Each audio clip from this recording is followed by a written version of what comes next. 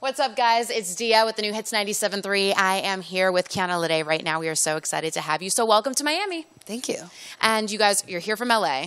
Yes. You made the move young. Mm-hmm. You said you already know the best hotspots in Miami. We were talking about food, obviously. That's normally a hot topic of conversation.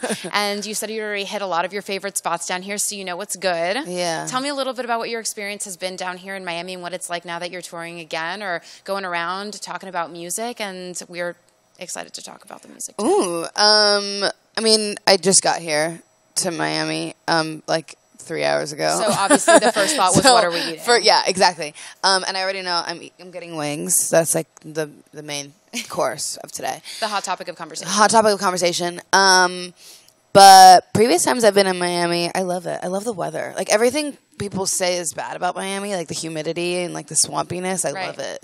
It's special. Yeah. I don't mind it either. I'm a fan. Me too. I'm glad that you appreciate that. Yeah. My favorite things seem to be yours as well. The food and the weather. So that's perfect. And you're here obviously to talk about your music. X is amazing. Thank you. We love it. Thanks. Talking about the process of writing seems pretty obvious, right? You experience it and then you write about it. Mm-hmm. But there are so many lines in X that I'm like, yeah. Like there's one you say, I don't got to be in love with you to love you. Uh-huh. And I was like, how many times have you had that conversation with a friend going through it where you try to say that in a million words and you're like, I'm not good at this. Yeah. Well, you probably never, because you seem to be really good with your words. I try. Sometimes I'm not. I feel like I'm better at, I'm better with my words for other people, not necessarily for myself. Right. And the only times I'm good at it for myself is when I'm writing music. So do you think that when you're writing music, you're thinking about how you would talk to somebody else about it? Or is this really a time of you self-reflecting with yourself? I think it's a mixture of both. Sometimes I feel like I'm talking to the person when I'm writing the song. Sometimes I feel like I'm just trying to get through it and just getting all my thoughts out of my brain about the situation. And other times I feel like I've written songs based off of what I wish I would have said or how I wish I would have reacted in the situation, rather than what I actually did. That's one of my favorite things to dwell on. Yeah. Things I should have said. Oh, that's where most of my anxiety stems from, I think. It's just like replaying the same moments in my head, like I should have said this or I could have done this better. Is writing a release of that anxiety? Yeah, I think it is. Yeah, because it's like you manage to say it and then you sing it and you say it a million times. Yeah. Yeah, it's like reinventing your past. Exactly. I like that. I feel like I just had an epiphany about what the songwriting process might be like for you. Yes, we're turning the story into our story. Yes, exactly. So I also read some of the comments that were in underneath the song X. Oh, no. I know they're amazing, which is why I love them so much. I normally veer away from all comments, but I loved why is everyone in your band so talented and fine? Oh. That I thought was amazing. They called you a whole angel. Oh, my God, and a whole angel. People also said that you had them missing the ex they never had. Right? They were great. So good. Those were just a few of my favorites. Those are good. What is it like being able to travel, hear people sing your song back to you, get that feedback, see those comments, and really get a vibe for how other people feel about the music that you're creating? It's amazing. I mean, that is why I make music, is to watch people's faces and watch how they react and move people, and to see that in real life is really incredible. And you started singing at such a young age. You literally made it your dream and manifested singing and writing and performing and being an actress. How have those manifestations turned into reality now that you're literally sitting in Miami on a couch talking about X, hearing people play your music on the radio?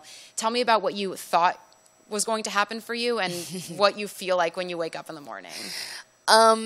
It's funny because I feel like my whole life I've literally been waiting for this moment, like preparing for this moment my entire life. When it's actually happening in the moment, like I don't really believe it, you know, right. Like, but every morning I wake up and there's like some new amazing news and I'm like, well, I can feel it happening as it's happening. Right. But when I watch it back or when I think about it, when the day's over, I'm like, that didn't really happen. That's not real. It's real, girl. It's exciting to see that way, though. And it's humbling also, because you know how long it took you to get to where you are. What are some of the most difficult parts of this journey? I think just being a woman, and a young brown woman doing this is really difficult.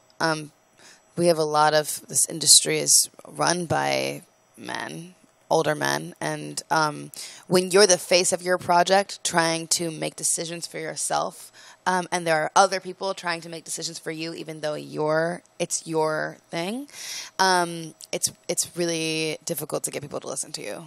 But I've been doing this for a long time, and now I kind of figured out my way to maneuver around a little bit more. Yeah. And I feel like it's made me really strong.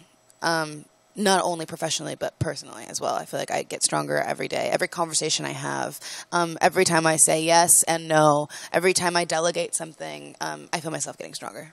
Not having met you, one of my favorite things about the way you brand yourself and the presence that you create is how vocal you are about everything that you just said. I think that being a woman in the industry has, its pros and its cons, just like anything else, but being so vocal about what those cons are and how you've been able to make them into pros and show other women, how important it is to stand up for whatever you believe in and to build a brand based on your own platform is incredible. And also being Mexican, American, European myself, it's so surprising to people when they ask you what you are, or they say like, are you this or are you that? And being able to share the reality of your experience, they're always taken back by it because, like you've said in different interviews and even in the music that you make, you're sometimes never enough of something for other people. What are those standards that you felt in the past and how have you changed them to being enough for yourself? Well, that's a good question.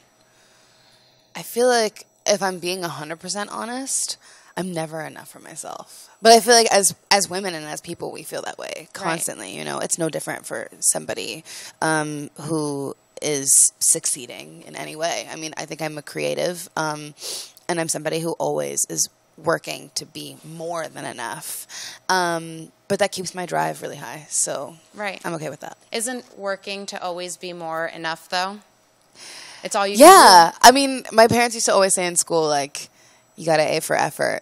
Right. And that's all you can really ask for. Yeah, they would say the same thing. The outcome is not really affected by how hard you work. It's how hard you try. Right. Yeah. Yeah, that never felt like enough for me either. Yeah. So I totally understand. We don't accept. It's the same as the boyfriend, like me giving you advice on how to maneuver your relationship, and then it comes full circle, right? And you're like, you're doing this all wrong. Exactly. Like, do you remember what you said to me? It's invalid. So tell me a little bit about the projects that you're working on. I'm sure it's more self-advice and love to those around you. Yeah. This album that we're releasing in late spring is going to be... I think a little more personal in a different way. I mean, there are more songs, so there's more opportunity to just say the different experiences I've been through. And I went through a whole nother breakup. Just hit myself in the face with the microphone. I went through a whole nother breakup, so there's still definitely some of that heartbreak in there.